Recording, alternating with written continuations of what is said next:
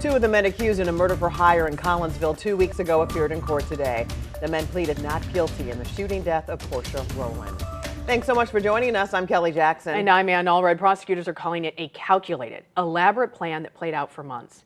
Tonight, a closer look into the disturbing allegations against Sammy Schaefer, the man prosecutors say orchestrated the murder for hire plot to kill his estranged wife's girlfriend.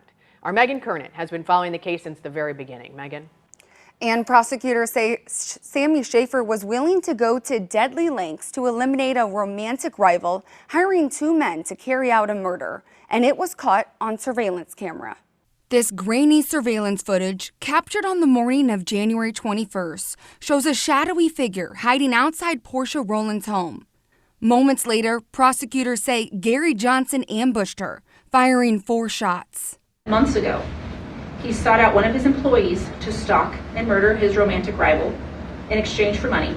Assistant State's Attorney Lauren Miracle says Schaefer hired his employee Marty Shaw and Shaw's cousin Gary Johnson to carry out the killing, even providing a gun.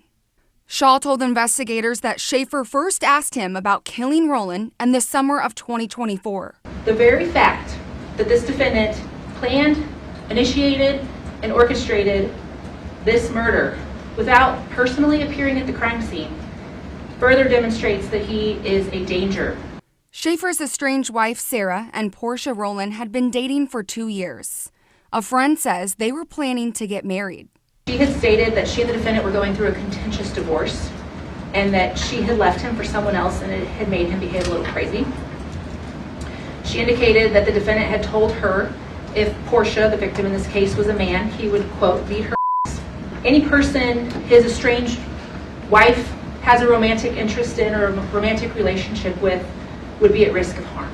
An emergency order of protection filed by Sarah in April 2024 stated her estranged husband called and said if I won't be with him, he's going to do anything in his power to keep the kids away from me. The couple has 3 sons. She now has full custody. You have 3 minor children in this case. They are still in the picture. Their lives matter. The court is concerned about them.